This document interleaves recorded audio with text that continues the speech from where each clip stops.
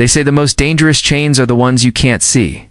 And the truth is, most people are walking through life obeying invisible commands every single day without even realizing it.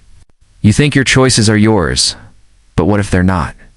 What if subtle psychological triggers are guiding you, shaping your opinions, and even controlling your behavior without your awareness? This is the hidden psychology of obedience, and once you see it, you'll never unsee it again. It all begins with something simple: authority bias. From childhood, we're wired to trust those who appear powerful or confident. A man in a uniform, a woman with a clipboard, a voice that sounds certain, and suddenly your brain switches from thinking to following. That's not weakness.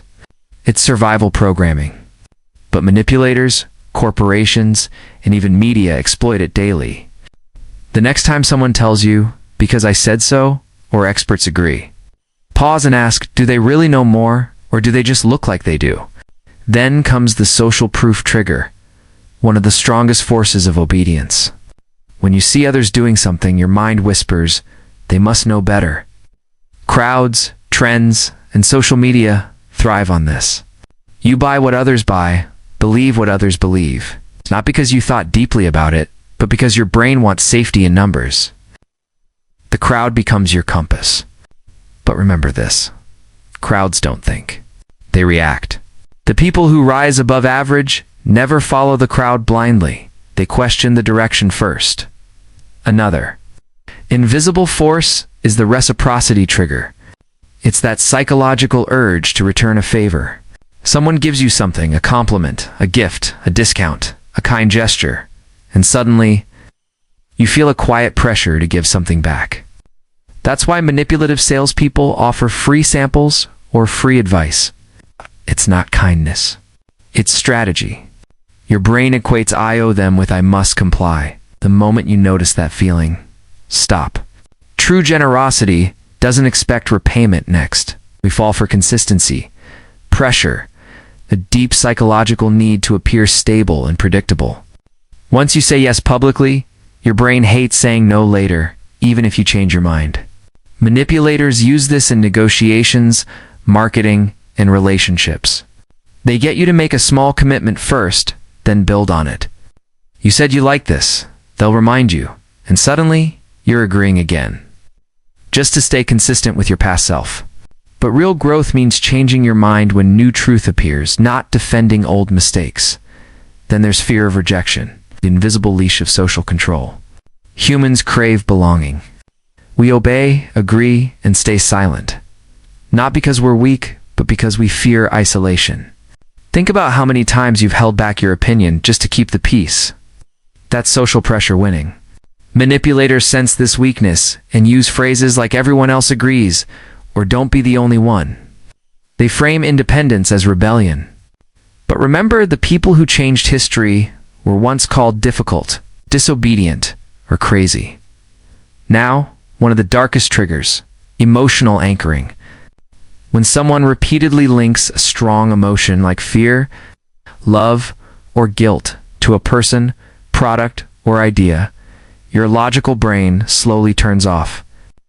Political messages, religious control, toxic relationships, they all use emotional anchors. If you love me, you'll do this. If you're loyal, you'll believe that. This is psychological conditioning. And the only way out is emotional detachment. Ask yourself, am I feeling or thinking right now? Because emotion can blind you, but logic can free you. Another manipulation weapon is repetition. The more often you hear something, the more true it feels, even if it's false. It's called the illusion of truth effect. Politicians, advertisers, and influencers repeat phrases until they become beliefs.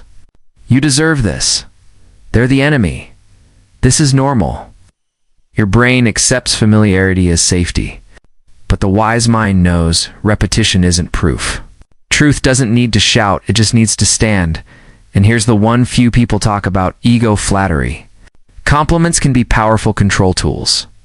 You're smarter than others. You see what most people can't? Your brain opens up like an unlocked door because flattery feels good. But it's a trap. Once they build your ego, they can steer your choices. The moment someone praises you just before asking for something, pause. Real respect doesn't need to manipulate pride. Lastly, the scarcity trigger, one of the oldest tricks in the book. Limited time only? Last chance? Don't miss out. Scarcity pressures your survival instinct, making you act fast before thinking clearly. It's not always about buying. It's about obedience through urgency. Next time you hear "act now," remember, urgency is the enemy of wisdom.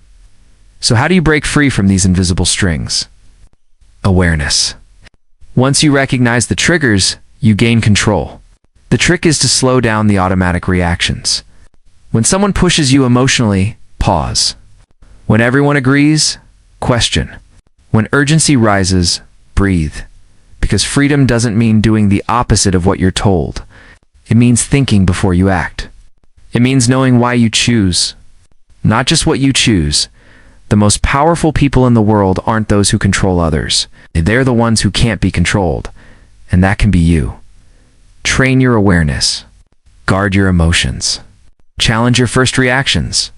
That's how you build a mind that no trigger can control. If you found value in this video, give it a like and share it with someone who needs to see beyond the surface. And remember, success starts with psychology. Subscribe to PsycheEdge for weekly videos that sharpen your awareness and strengthen your mind. Stay alert, stay aware, and never obey without understanding why.